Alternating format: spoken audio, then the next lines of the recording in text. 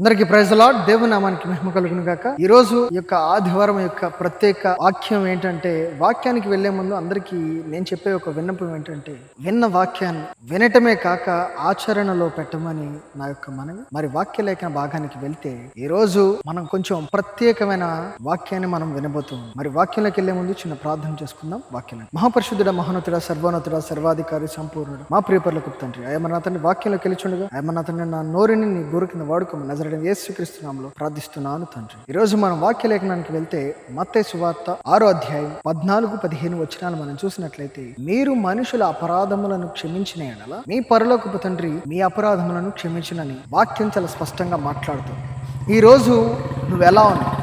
ఈరోజు మనుషుల అపరాధములను మీరు క్షమించగలుగుతూ ఉన్నారు? ఎవరైనా మీ పట్ల దురుసుగా ప్రవర్తించిన ఎడల వారి పట్ల మీరు ప్రార్థన చేసే హృదయం మీకుందా? ఈరోజు క్రైస్తవులుగా చెప్పుకుంటే సరిపో, అది మన క్రియల రూపంలో మన తండ్రిని రిప్రజెంట్ చేయాలి. ఈరోజు నేను క్రైస్తవుని అని చెప్పుకుంటే సరిపో. క్రీస్తును వెంబడించడం అందరి వల్ల కాదు. ఎందుకంటే ఆయన చెప్పిన బోధ యథార్థవంతమైన బోధ. ఒకడు మనల్ని బాధ పెట్టినా తిరిగి బాధ పెట్టకూడదు అని ఆయన వాక్య లేఖనాలు చెప్తూ, మరి నిజ జీవితంలో ఎలా ఉంటారంటే వాక్యం వరకే వినడం, నిజ జీవితంలో అది అనుసరించు. కానీ దేవుడు ఏం కోరుకుంటూ ఉన్నాడంటే, దేవుడు నిజాయితీ యథార్థంగా దేవుడి దగ్గర జీవించాలని దేవుడు ఆశపడుతూ ఉన్నాడు. మరి వాక్య లేఖనాల్లో దేవుడు చాలా స్పష్టంగా చెప్తున్న విషయం ఏంటంటే, మనుషుల అపరాధంలో మీరు క్షమించిన ఎడల మీ అపరాధంలో నేను క్షమిస్తానంట. మరి క్షమించను, నేను ఇలాగే ఉంటాను, కక్ష సాధింపు కలిగి వారి పట్ల నేను ఇలాగే ప్రవర్తిస్తాననే వారికి కూడా దేవుడు ఇంకో విషయం చెప్తున్నాడు. వారి యొక్క అపరాధములను నేను క్షమించను అనే వాక్యం చాలా స్పష్టంగా చెప్తుంది. ఈ రోజు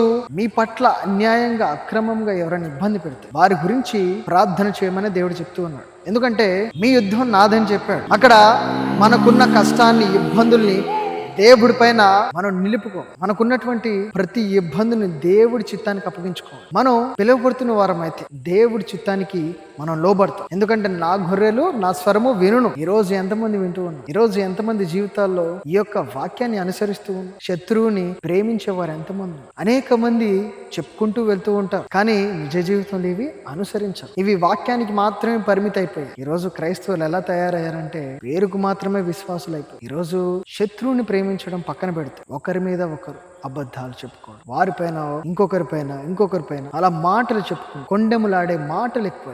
ఈరోజు ఆ కొండెములాడే నాలుకను మీరు కత్తిరించు. మరి ఇంకొక వాక్యానికి మనం వెళ్తే, యాకోబు రాసిన పత్రిక 5వ అధ్యాయం 16వ వచనం మనకి వెళ్తే, మీరు మీ పాపములను ఒకనితోనొకడు ఒప్పుకొనుడి అని దేవుడు చెప్తుంది. మరలా ఇంకేం చెప్తూ ఉంటాడంటే, మీరు స్వస్థత పొందినట్లు ఒకని కొరకు ఒకడు ప్రార్థన చేయడి అని వాక్యం చెప్తుంది. మరి ఎంతమంది ప్రార్థన చేస్తూ ఉన్నారు? ఒకరంటే ఒకరికి పడనప్పుడు ఇంకొకరి గురించి మనం ఎలా ప్రార్థించగలుగుతాం? దేవుడు మొదటిగా చెప్పింది ఏంటి? ఒకడి తప్పులు ఒకడు ఒప్పుకోవాలని చెప్తుంది. ఒకరి పాపాలు ఒకరు ఒప్పుకోవాలి. అంటే మనం తెలుసో తెలియకో ఎవరిని ఇబ్బంది పెట్టాం, తెలుసో తెలియకో ఎవరినో గాయపరచాం. ఆ గాయపరిచిన విషయం నీకు అర్థమైంది. నీకు అర్థమైతే సరిపోదు. మరి గాయపడిన హృదయానికి మందు పెట్టాలి కదా, మాన్పాలి కదా. మాన్పాలంటే నువ్వు వెళ్ళి క్షమాపణ కోరాలి. నేను నీ పట్ల తప్పుగా ప్రవర్తించాను, నీ పట్ల నేను అన్యాయంగా ప్రవర్తించాను, నన్ను క్షమించు అని కోరా. అవసరమైతే వారిని బ్రతిమలాడు. ఈరోజు మనకు వాక్యం ఏం నేర్పిస్తుంది? తగ్గింపు గుణాన్ని నేర్పిస్తుంది. మరి ఒకరి కొరకు ఒకరు ప్రార్థించమన్నప్పుడు ఏకముగా ప్రార్థించు. ఒకరు బాధల్లో ఇరుకుల్లో ఉన్నప్పుడు, వారి కష్టాలు మనతో చెప్పుకుంటూ ఉన్నప్పుడు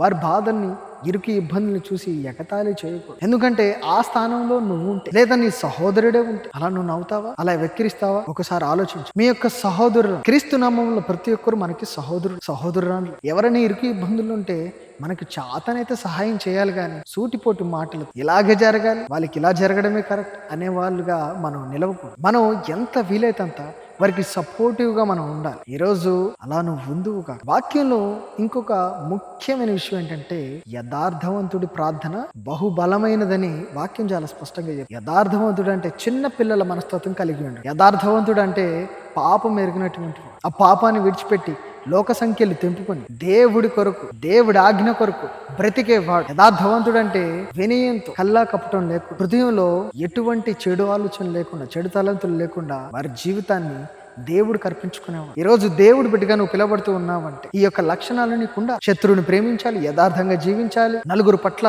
నువ్వు మంచి ప్రవర్తన కలిగి మనం జీవించాలి. మనం ఆలోచించే ప్రతి ఆలోచన నలుగురికి ఉపయోగకరంగా ఉండాలి. ఈరోజు ఈ వాక్యం ద్వారా నేను మీకు చెప్తున్నది ఏంటంటే, ఆ యొక్క ప్రవక్తను మీరు మార్చుకుందరు. నలుగురు కొరకు మీరు మంచిగా ఆలోచన యోచించుదురుగా. ఈ యొక్క వాక్య లేఖనాలతో మీ యొక్క కుటుంబాలు, మీ యొక్క ఆత్మీయ జీవితం కట్టబడును. అందరికీ ప్రైజ్ ది లార్డ్. మరి వాక్యం ముగించుకునే ముందు ఇంకొక స్మాల్ రిక్వెస్ట్ ఏంటంటే, చూస్తున్నాం దయచేసి విని వెళ్ళిపోవడమే కాక హృదయం అనే పలుకులు వాటిని రాసుకుని అనుదిన మీ యొక్క దినచర్యలు వాటిని అవలంబించగలరని నా యొక్క మనవి. ప్రార్థిద్దాం.